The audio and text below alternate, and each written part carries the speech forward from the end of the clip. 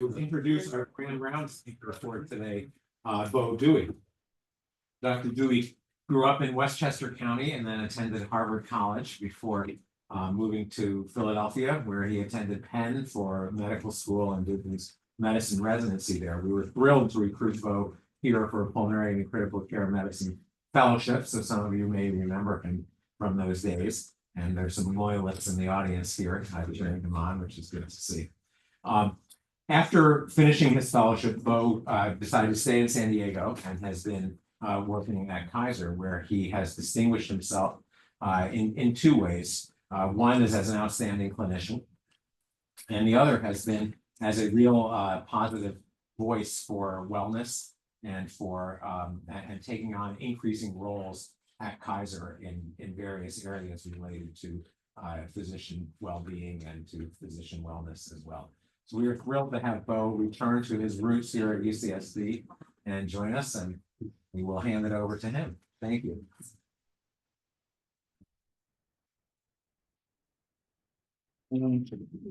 Thank you, Dr. Mandel, for the introduction. I'm so excited to be back here today at UCSD, where I train, to talk to you about a topic that really has become a personal passion of mine. The title of my talk today is Breaking Through Instead of Breaking Down, Utilizing Mindfulness to Reduce Stress, Anxiety, and Burnout in Medicine. I have nothing to disclose. I have no financial conflict of interest, but I do have something to confess. If you had asked me 10 years ago, if you'd asked me 5 years ago what I thought about mindfulness, I probably would have told you I didn't think about it much at all.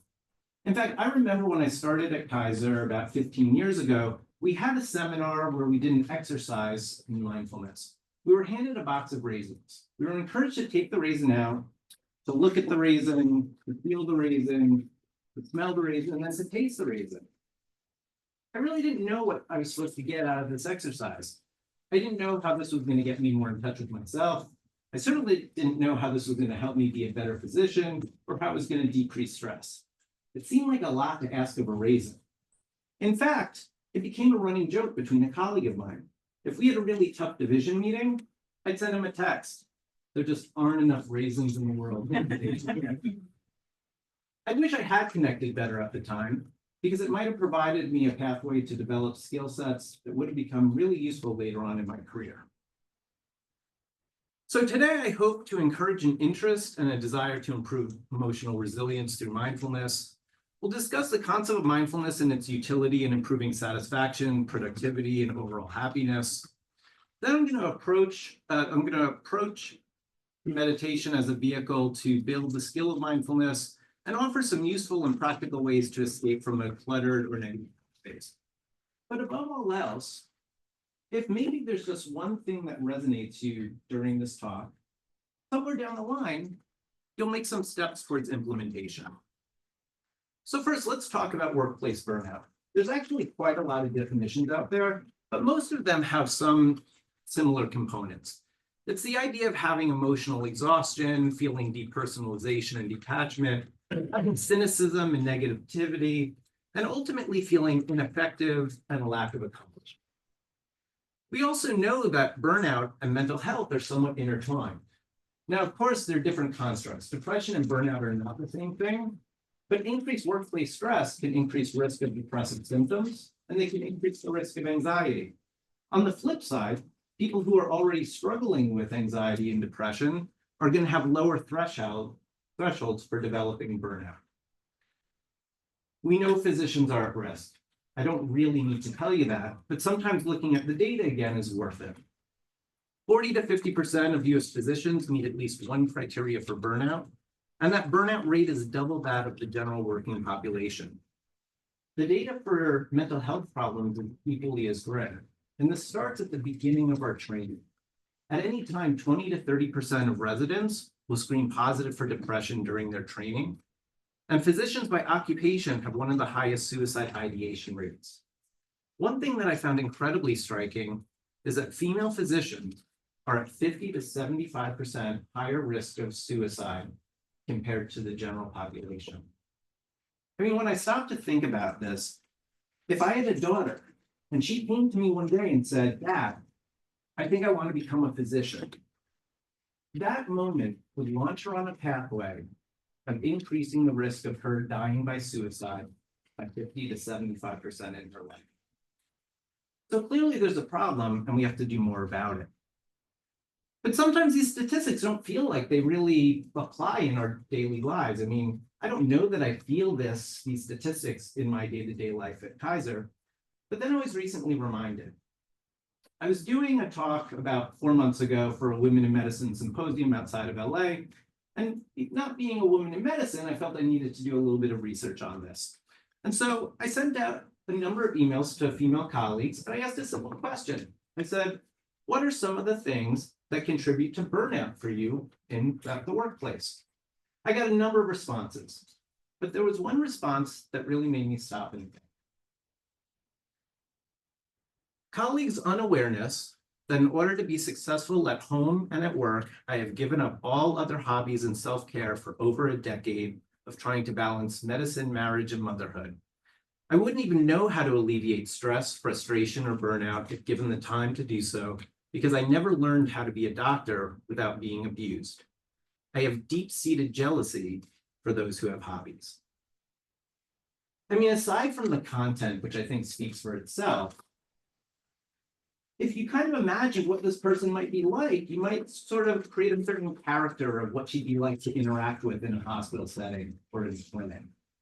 But she's actually one of the kindest people I know. She's incredibly collaborative, and she's terrific with her patients. And to me, this speaks to some of the invisibility of what's going on around us and how many people are dealing with these issues of burnout and maybe some psychiatric problems at the same time, depression and anxiety. And because there can be this sort of hiddenness to it, for those of us that are dealing with it, there's an aloneness that makes it harder to manage.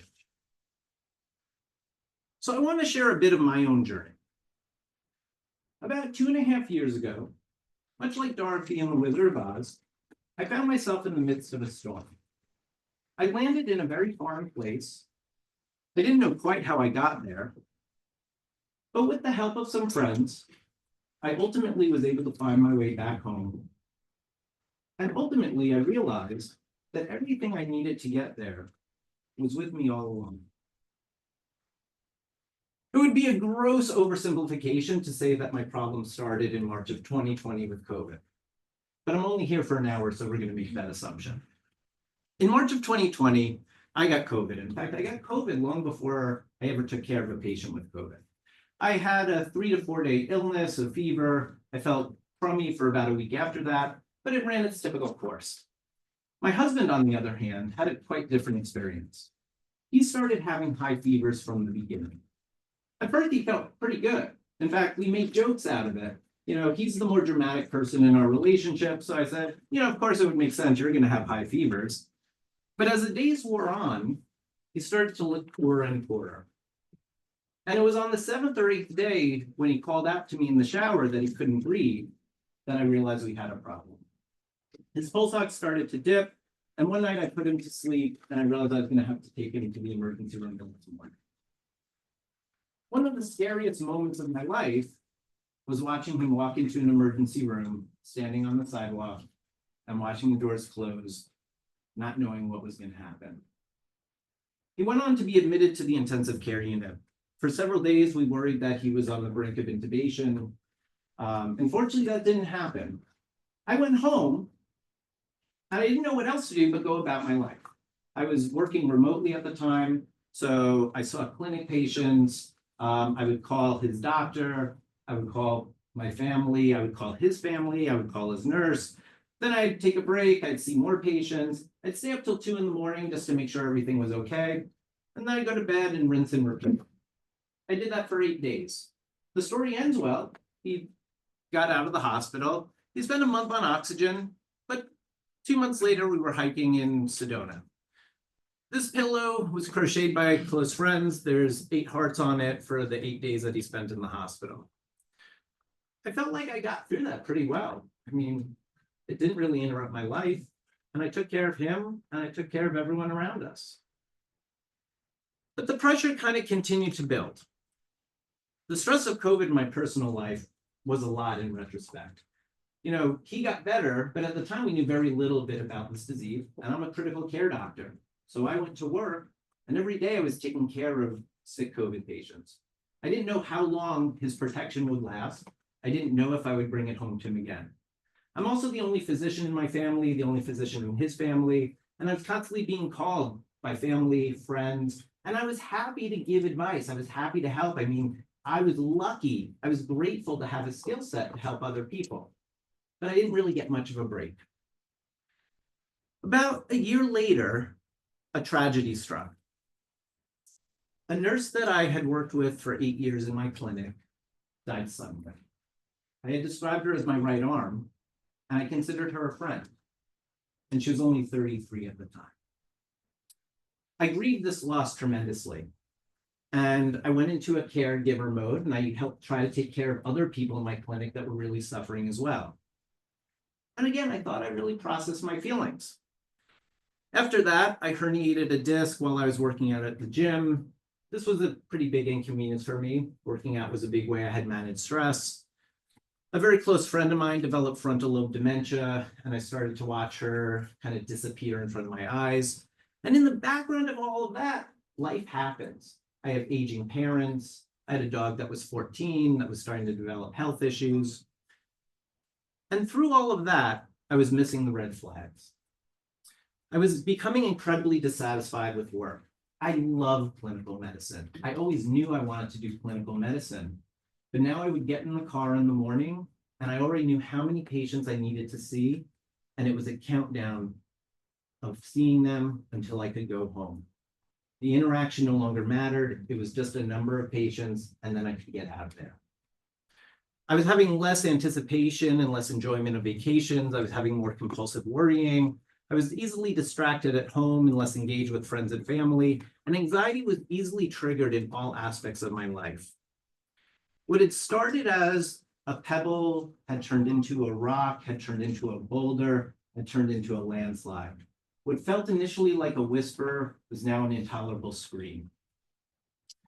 One weekend, I came home from work on a Friday, I put my bags down, and what normally would feel like that relief of the enjoyment and anticipation of all the things I had planned for the weekend was immediately replaced by the dread of what Monday morning would bring. I don't really know why at that moment I didn't realize that I had a serious problem. And I don't really know why I didn't realize Saturday morning, when normally I would get out of bed, take the dog for a walk and go and exercise, instead I just stayed in bed.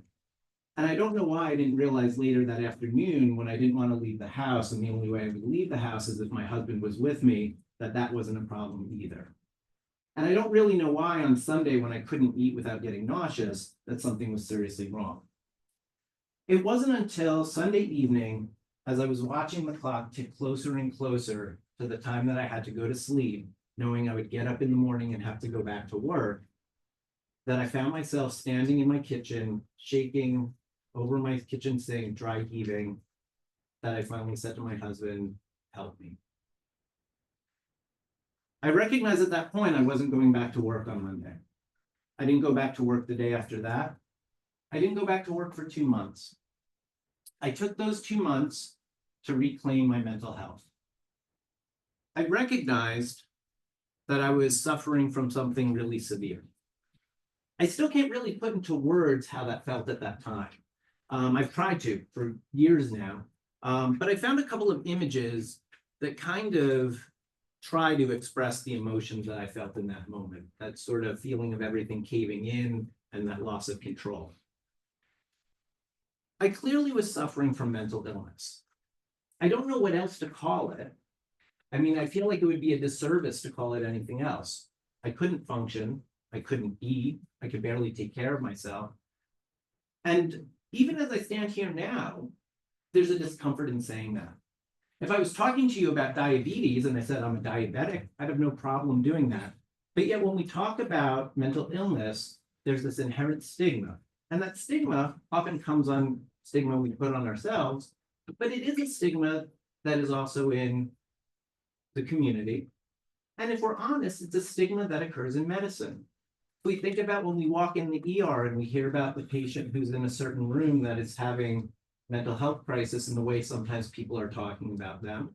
or a patient that has a real organic medical problem that's physical, that comes to the floor, but it's complicated by uncontrolled bipolar disorder and how we feel about having to go and take care of that patient. It's a very complicated issue.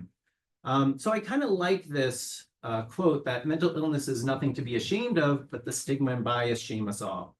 And I really think it's important that we start thinking that it's okay not to be okay. So there are external stressors in our life, and it would be nice to think that we could identify when they're going to happen, where they're going to come from. But the reality is that we can't. So the only thing that we really can do is to figure out how are we going to decide how we want to react to them. So how can we mitigate burnout and mental health problems? There was a great review article in the New England Journal about 6 months ago addressing physician burnout.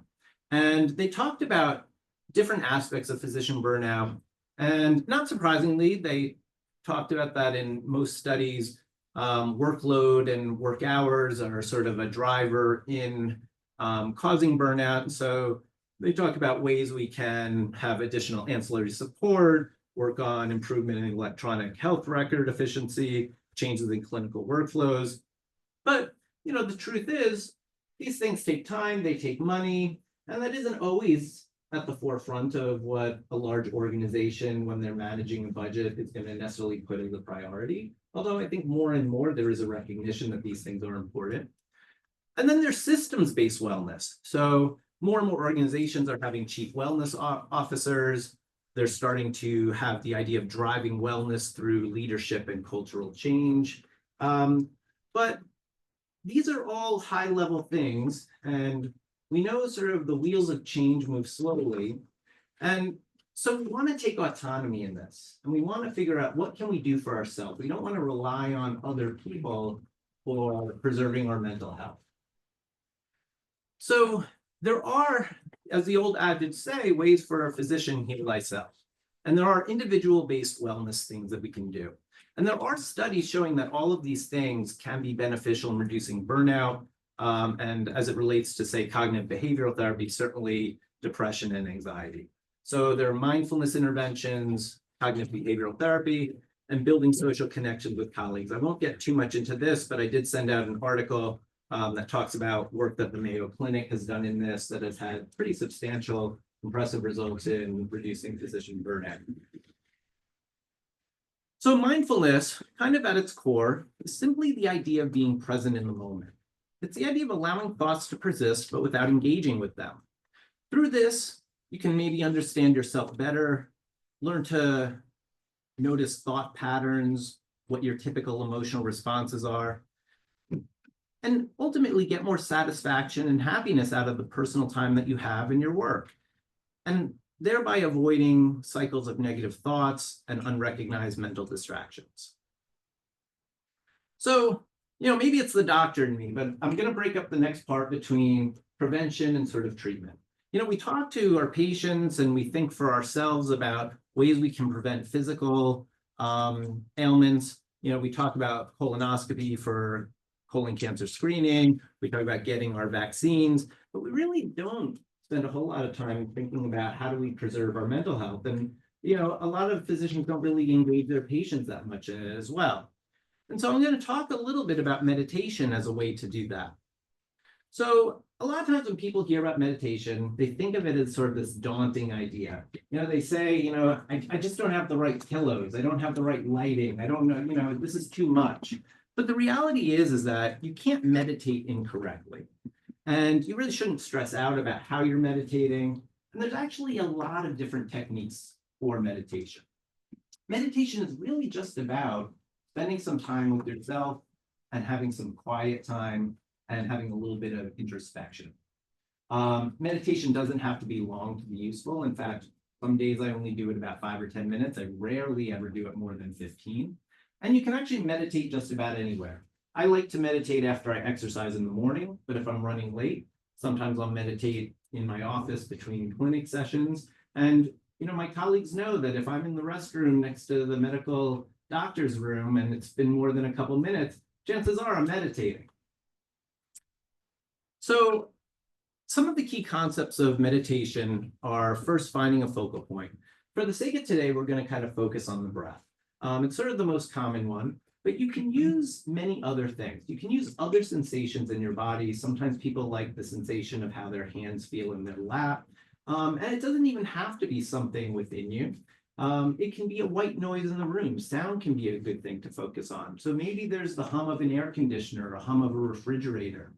And you can also even play around with space. If you're in a place that's familiar to you and you close your eyes, you kind of know the volume of space between you and the wall in front of you, and you can use your mind's eye to kind of rest your attention there. I'm going to talk about sort of 4 what I think of as pillars of meditation. The first is this idea of equanimity. And equanimity is a concept of having mental calmness and evenness of temperament. In sort of a real life example, imagine you're walking down a quiet suburban neighborhood with a friend, and suddenly an ambulance comes by and rears its siren. It very well might startle you, and it might actually kind of annoy you. You know, why would an ambulance need to start rearing its siren in a quiet neighborhood? There's no other cars. And you may turn to your friend and kind of say, you know, this is really irritating. Now my heart's pounding. But now it's kind of pulled you out of the conversation that you were having. And you have these negative kind of feelings and you're distracted by something else. The equanimitous person may equally get startled, but they're going to recognize it for what it is and quickly try to turn their attention back to what they were engaged in. The same is true about our thoughts. We are hijacked on a routine basis multiple times a day by thoughts that at a given time we don't necessarily want to be engaging in. So the idea of equanimity is to try not to necessarily always engage with them. And through this practice, you can actually have more of an expanded openness to kind of what's around you. It can get you to kind of be less reactive over time because you're not necessarily jumping right at a thought that comes in your head. And it's the idea of kind of just letting these thoughts float around you without engaging. It's not necessarily trying to actively suppress them. Secondly is the idea of concentration. And this is just the attention with which you rest your focal point. When you start meditating, many of us are very type A. I know when I started, I found that I would spend a really hard amount of time concentrating really tightly. You know, I would notice sometimes that I would be furrowing my eyebrows, I'd get tense in my shoulders, maybe my jaw would start to hurt. And then I realized maybe that was a little bit too much. You know, so if you're that kind of person, then maybe you want to lighten up on your attention a little bit. Maybe you want to almost give no attention. Maybe think back to when you were in high school and there was that person you were interested in, and you kind of wanted to let them know you were interested, so you barely just gave them enough attention. And you want to kind of move back and forth between a level of attention that kind of feels right to you and kind of notice how your body feels as you're doing it. Thirdly is an idea called clarity. For me, clarity, I think, is one of the most, if not important, pillars of meditation. Clarity is the moment when you recognize that your mind is wandering. For a lot of people, they think that's when they failed meditating. But I actually think that's when you succeed. Because when you recognize your mind is wandering, it's an opportunity to consider what are the kinds of things that tend to pull your mind and attention away. And you can then bring your attention back to your focal point. And it's kind of like a bicep curl for the mind. It is building a skill and it's building an intention. And where you see that benefit is we've all had the experience where we're reading a book and you get 5 pages in and you suddenly realize you have no idea what you just read. That's where building a skill like clarity can be helpful. And then lastly is the idea of friendliness. And this is being friendly to yourself. It's about wishing well for others in the face of interpersonal conflict. And I'm going to come back to this, but it's the idea of giving generous interpretations of things when there's ambiguity. How when you interact with people and you might come initially to a negative interpretation of their behavior, that there is almost always a more positive interpretation you could give. There's a woman named Brene Brown who is really an amazing person in organizational leadership. If you're at all interested in that topic, I highly recommend her books. And she talks a lot about this. And these practices really help to diminish personal negativity that we either manifest about ourselves or that are really generated by external forces. So I'd like to take a few minutes and maybe do a short meditation as a group. So when you meditate, I always tell people, I do pulmonary rehab meditations as well. And I often tell people, you want to be relaxed, but you want to be alert. Because if you fall asleep, you're no longer meditating. So for the purpose of today, maybe plant your feet on the ground and feel kind of connected to the earth. And if it feels comfortable, maybe close your eyes or just lower your gaze in front of you. And we'll all use our breath today. And start by taking some nice slow deep breaths in through your nose and then slowly out through your mouth. And as you take each deep breath in and out, I want you to try to let go of something that maybe you feel has been weighing you down in the last day or two.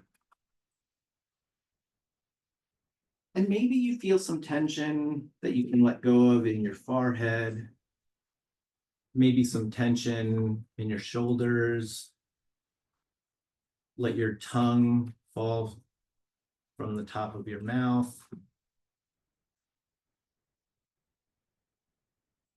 And let your arms hang gently. And now I want you to really focus in on your breath. And I want you to get really granular about it. I want you to notice how it feels as it comes in through your nostril, how it changes as it goes back to your throat, and how it feels coming across your tongue and over your lips. Maybe you'll imagine yourself as a tiny version of yourself standing in the cave of one of your nostrils with that wind blowing across you. And really try to rest your attention on that breath. Now, you may have already been distracted a couple of times, and that's okay. Be kind to yourself. This really is no big deal. Just being here is a win, and trying something maybe new is all that is being asked of you. Next, I want you to think of maybe a place or a memory that brings you some joy. And I want you to paint that image in front of you. Maybe it's a beach vacation. Maybe it's a memory with a family member. But all the time maintaining your attention to your breath. And if you catch yourself wandering again, feel good about it. That's that act of clarity. And then just bring yourself back to your attention and play with that concentration.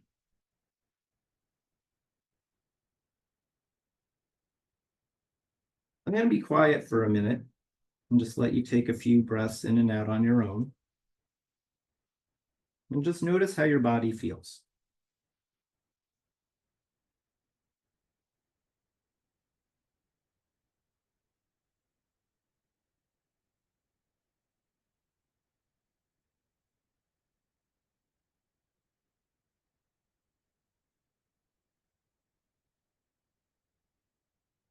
In a moment, I'm going to have us all kind of rejoin. But imagine that you're at the bottom of a swimming pool or in the ocean and you're looking up at the surface and you're seeing the sun kind of glistening on that surface. And when it feels right to you, I want you to kind of let go of that concentration and just sort of swim up and burst through the surface of that water and just open your eyes and rejoin the group.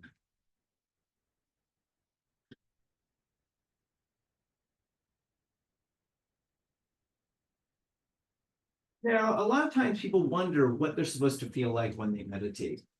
And I think the answer is that there's no particular way to feel. And listening to a meditation once, I heard something that's really stuck with me. And it's that the benefits of meditation aren't necessarily felt while you're meditating. It's how you start to feel in your life day to day when you're not. So now I'm going to switch gears a little bit, and we're going to talk in sort of more of a practical manner. But first, I want to introduce the idea of something called the wise mind. As humans, we have a brain super complex. We're all a group of doctors. I don't need to tell you that. But we have this rational part of our minds. And if we only used our rational brain, if an event occurred, we would take that information, we would take everything that's happened in our past, and we would spit out sort of the best algorithm of what we should do to come up with the best decision every time. But the reality is that we have emotions. And these emotions can be triggered by the situation at hand. They can remind us of a prior event or memory. And sometimes we create sort of emotions based on kind of imagined beliefs. And a lot of these emotions can be fear-based. And if we allow these emotions to kind of drive our decisions, we ultimately can make decisions that aren't in our best interest. So the idea of the wise mind is to honor our emotions, but not to let them override rational decision-making. So I'm going to talk a bit about different ways to kind of manage your emotions when you feel like you're kind of spinning out, when you feel like, it's a day that's just gotten out of control for you and you need to kind of recenter yourself. So we're going to talk a little bit about the concept of self-love, kind of ways to analyze your thoughts, and then just some basic distraction techniques. If you hear me say the word self-love and you get sort of an internal groan or you feel your eyeballs roll hard in the back of your head, I'm going to argue that you may not be doing enough of it. One of the things I really like is this idea of talking to yourself like you would your best friend. In general, I think people tend to be very hard on themselves, especially high achievers. I know for myself, growing up, I used to say, almost with like a badge of honor, that nobody's harder on themselves than I am. I viewed that as a way to achieve, and that tied into this concept of perfectionism. And again, Brene Brown talks about perfectionism as well. And perfectionism is really dangerous. It sets you up always for failure. And it's important to distinguish that from healthy striving. And so, talking to yourself like you would a best friend is a really important concept because we're all going to come up short in life. We're all going to make mistakes. As physicians, we'd like to think that we're going to be perfect, but we're not going to be. We're going to have interactions with our patients that don't go well.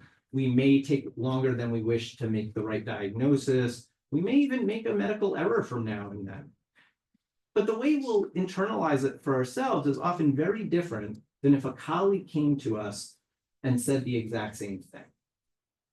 And in fact, I think these kinds of ideas and the negative self-talk that we have are so pervasive that we see it in what's popular in pop culture. So I'm going to talk about that for a minute. There is a very popular show out there called RuPaul's Drag Race. RuPaul is probably the most famous drag queen in the world. And this show is a competition show where a group of drag queens are selected and they engage in a competition and challenges week after week until, one is eliminated and finally there's crowned a winner. And it is very entertaining. There's a lot of glitz, there's a lot of glamour, there's a lot of comedy.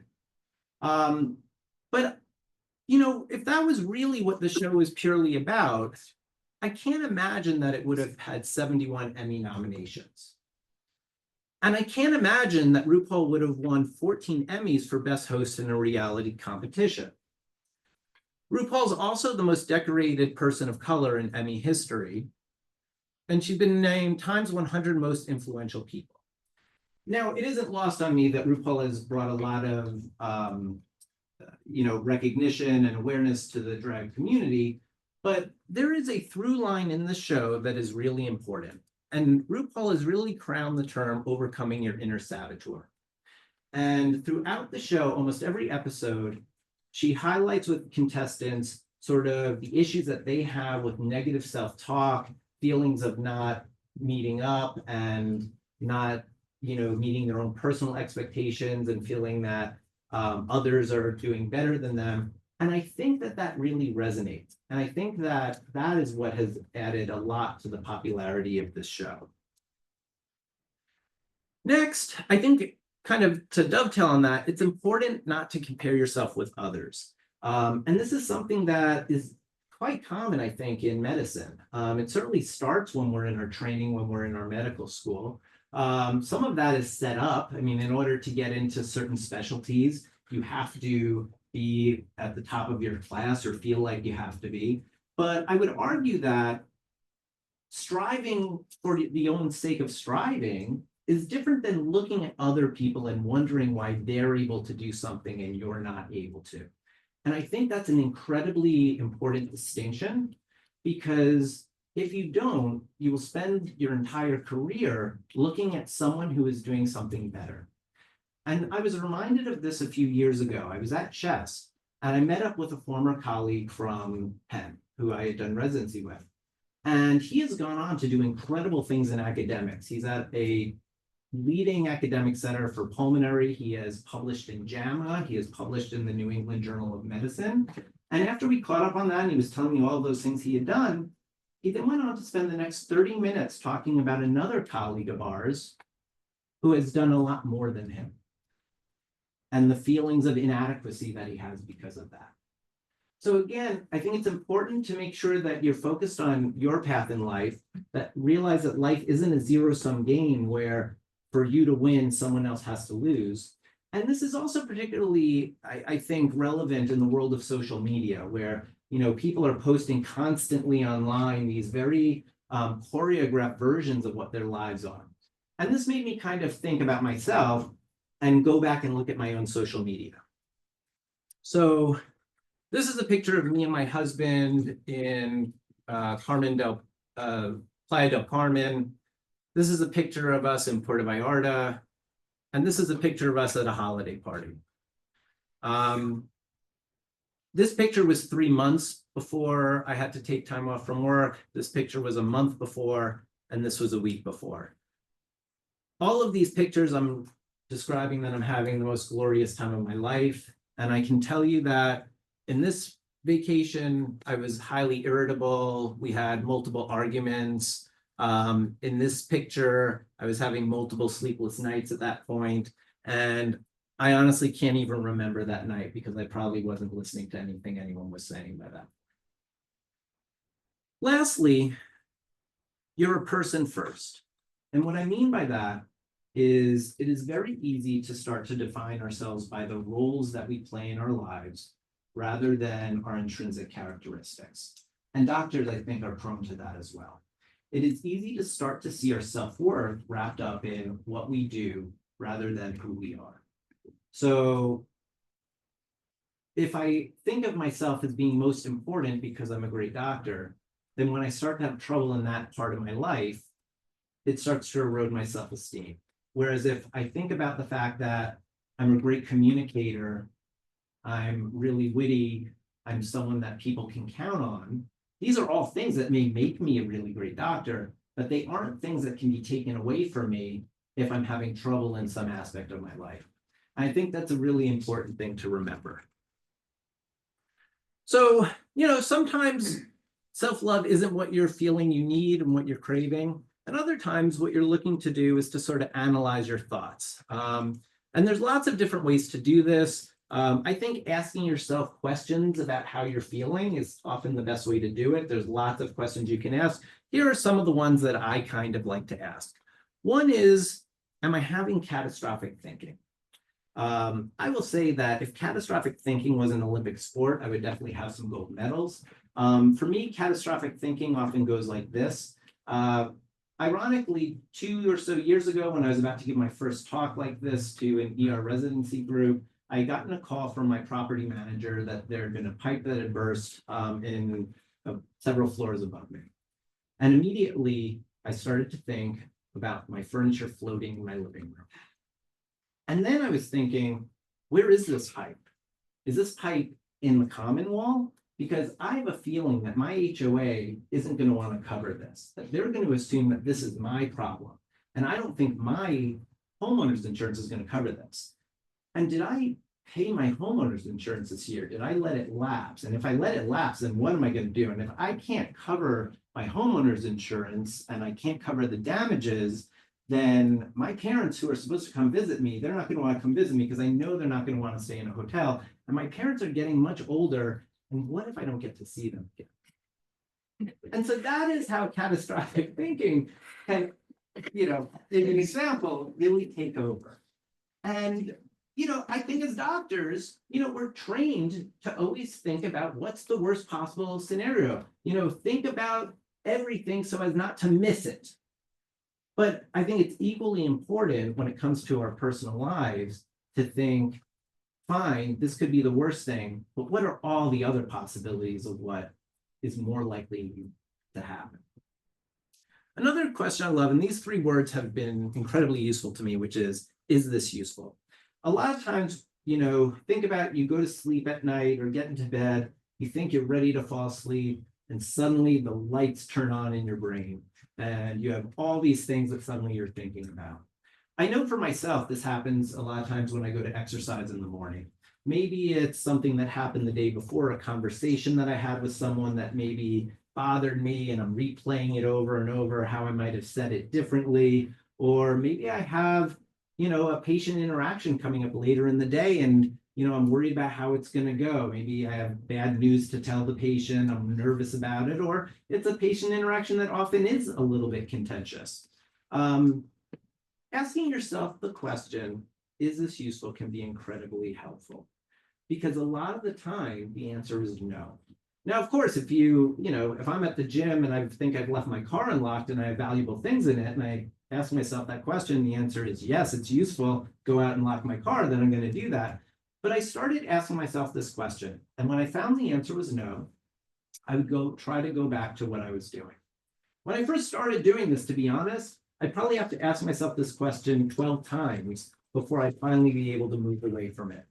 But like any other building connection in your brain, the more I started doing this, the more I found that after maybe just a couple of times, now I can move on to what I can do. I also sleep a whole lot better at night. I never thought I'd be the kind of person that could put my head down on the pillow and fall asleep in 2 or 3 minutes. And now that's sort of the norm for me.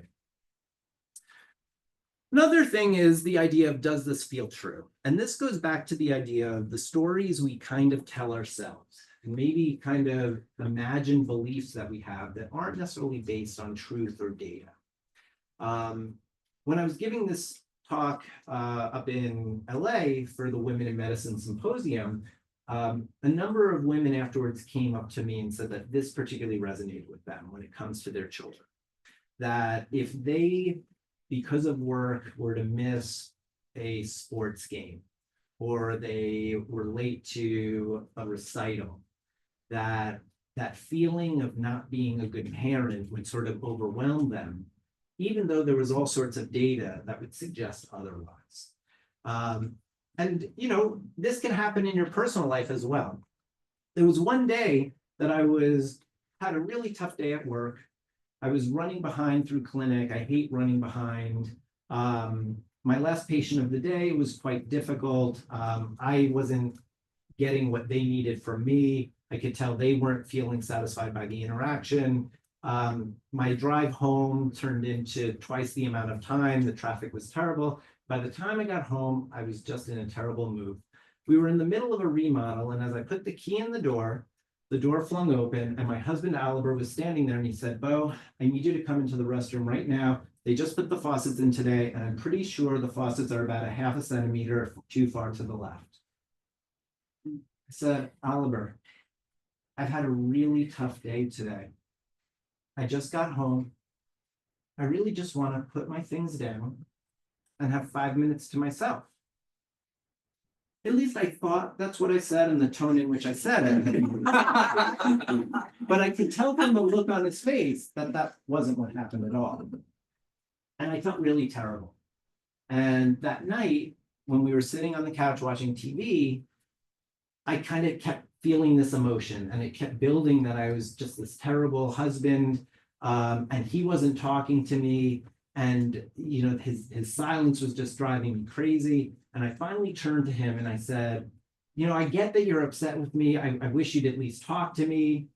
And he turned to me and he said, "What are you talking about?" And I said, "Well, I was really rude to you before." He's like, "It wasn't that big of a deal. You had a really tough day. I could have let you come in before, asking you to do that." I said, "Well, then why aren't you talking to me?" He's like, "I never am the one who talks. You're the one who talks. You're not talking. This is how this relationship works. I don't talk, you talk a lot. So again, this happens in all aspects of our lives, and it's important to sometimes challenge our own truths.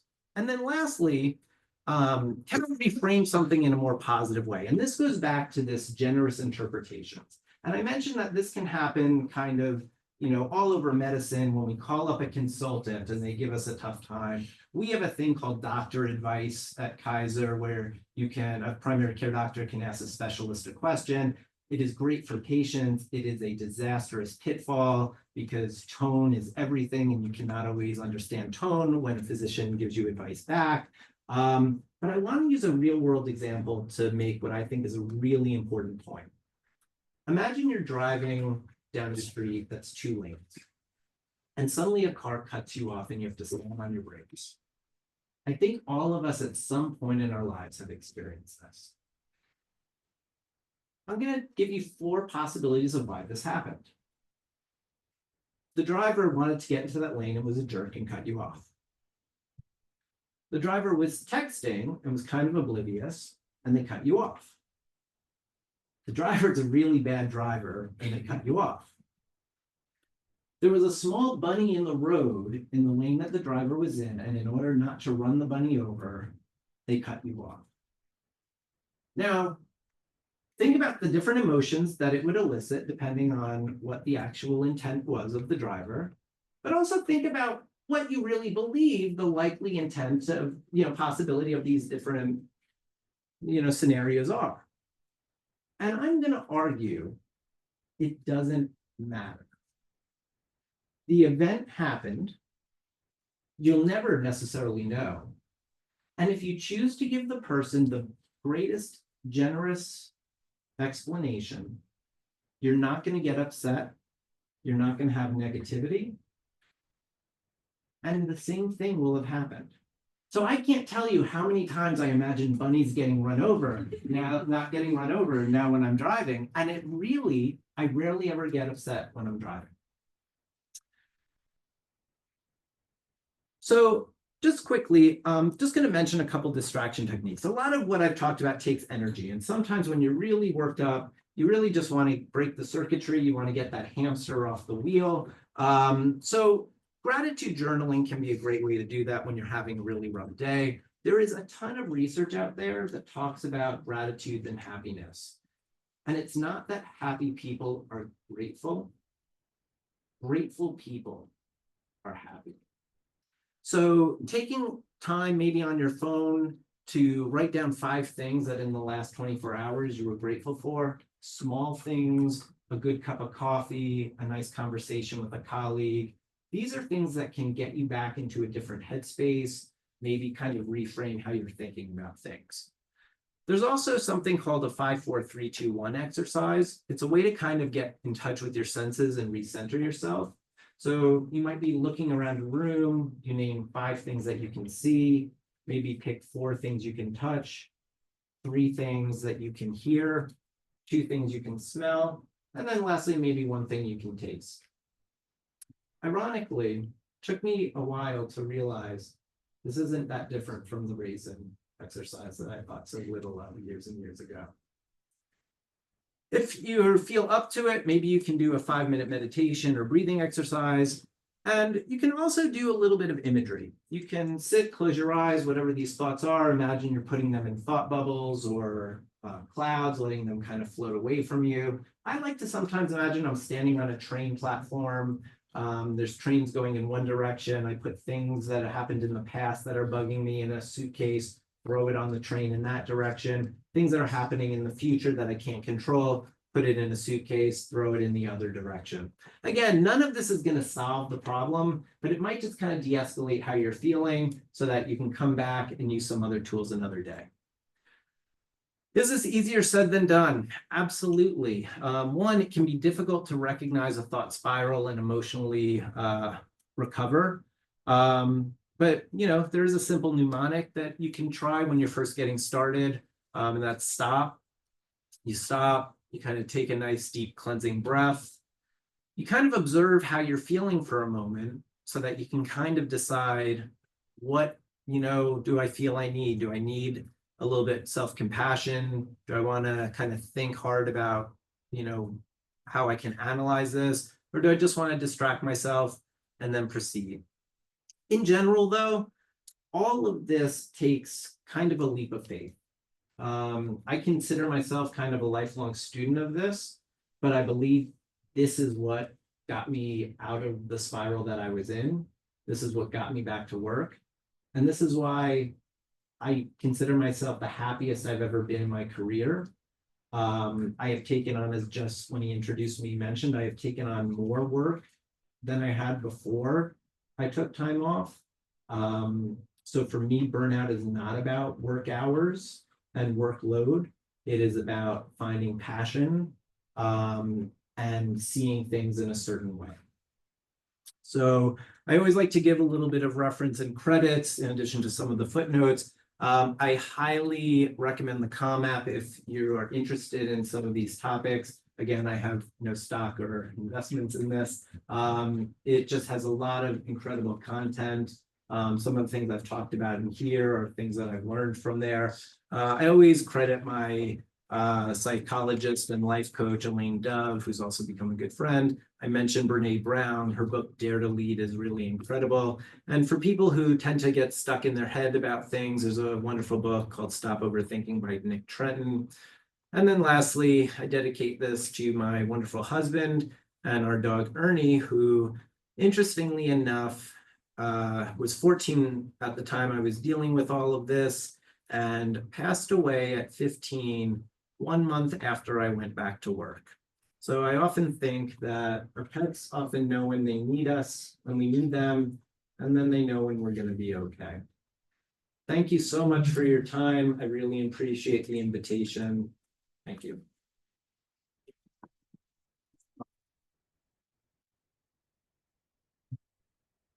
Happy to answer any questions anyone has.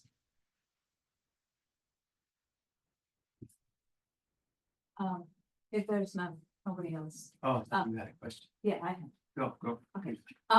So what if you combine meditation with running? Is that possible? Is that advisable? I tend to do that by making breathing fit with the rhythm of my foot on the road. Yes, it has side effects of truck and lorry drivers and others honking at me because I don't see it. But is it even going to get the benefit of meditation if you were to combine those two things? Yeah, so I mean, meditation is one form of mindfulness. So there are also a lot of discussions out there about mindful walking. Being kind of in touch with your environment and paying attention to your environment is another way of being mindful. So engaging with your environment is another way of also kind of connecting. So, certainly, running and trying to be mindful in that way is useful. As far as meditating and running, I don't see, that as being particularly not useful. If you feel that you can, maintain your attention in doing that, I don't see why not. Beau, thank you very much. That was terrific. You talked about sort of missing the signs in retrospect that you wish you had seen. If you had picked up those signs, what would you have done? Should you have done? I think if I had picked up those signs sooner, I think what I would have recognized is that I needed the assistance sooner. And I think that, it took talking to someone to suggest many of these things that I've, presented today.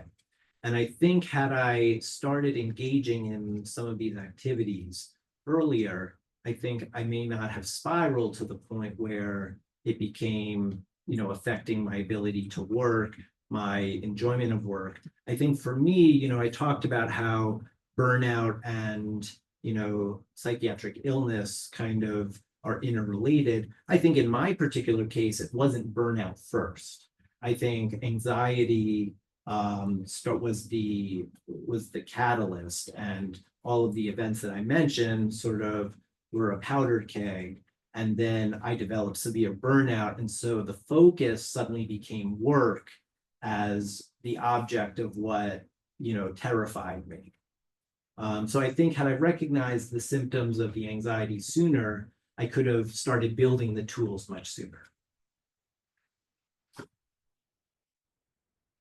I just had an observation and a question. I really enjoyed that. And I just think that you presented this in the most personal way to a group of people that you share a lot with, yet you're telling the most general story. And the unexamined part of your life is what we all live, because we're living in the past and fear in the future. And, this sort of apology for suggesting you live in the only thing that's real and now.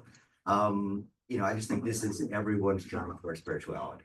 We all stack the blocks and it's going to be perfect and everything's going to be perfect. And then at some point you're like, hey, it's not perfect. And then tragedies start to mount up as you get older. And then at some point you're like, well, hang on a minute.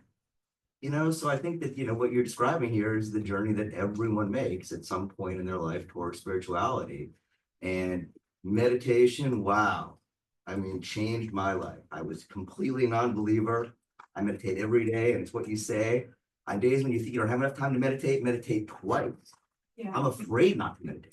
I wouldn't, and what I love about this is you have to sort of bump into it. You bump into it when it's right for you. So you're doing such a good work going around, you're going to bump into people when this is going to be just perfect. So, what a great work. Yeah, I felt, when I came back after my experience, I kind of felt like I had two options. I could just go back to my regular life, kind of put my head down, or I could kind of take the experience and try to present a topic that previously didn't feel relatable to me and try to make it more relatable and try to make it more accessible. And my question is, in the world of spirituality, you should attempt to do work without expecting anything in return. And I have felt that being a salaried physician at the VA is so much more superior, and that fee for service actually horrifically puts you in this job that is naturally supposed to be just helping, but in this sort of how you're billing on a person.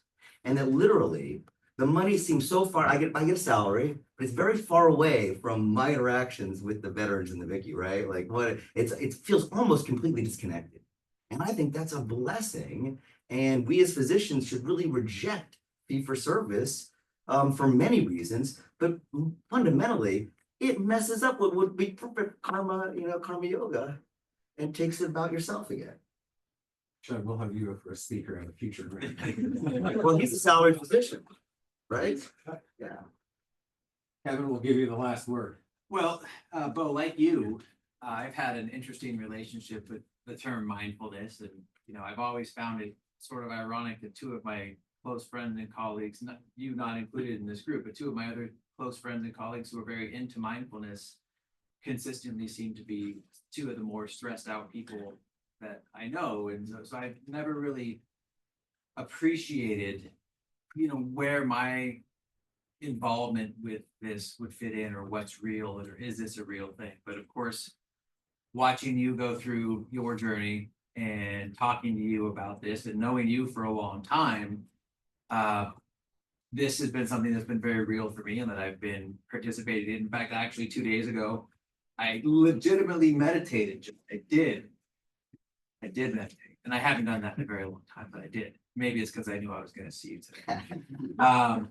But for all the many years I've known you, and the many PowerPoints I've seen you give, and the many times I've heard people talk about these topics, which I have heard many times, this was by far the most lucid and helpful and best communicated talk on this I've ever seen, and your best talk I've ever seen. And I really hope, for the sake of humanity, that you continue to give this around town. Just so beneficial for me and everyone in this room, and I'm sure for lots of others. So thank you. Thank you, Ray.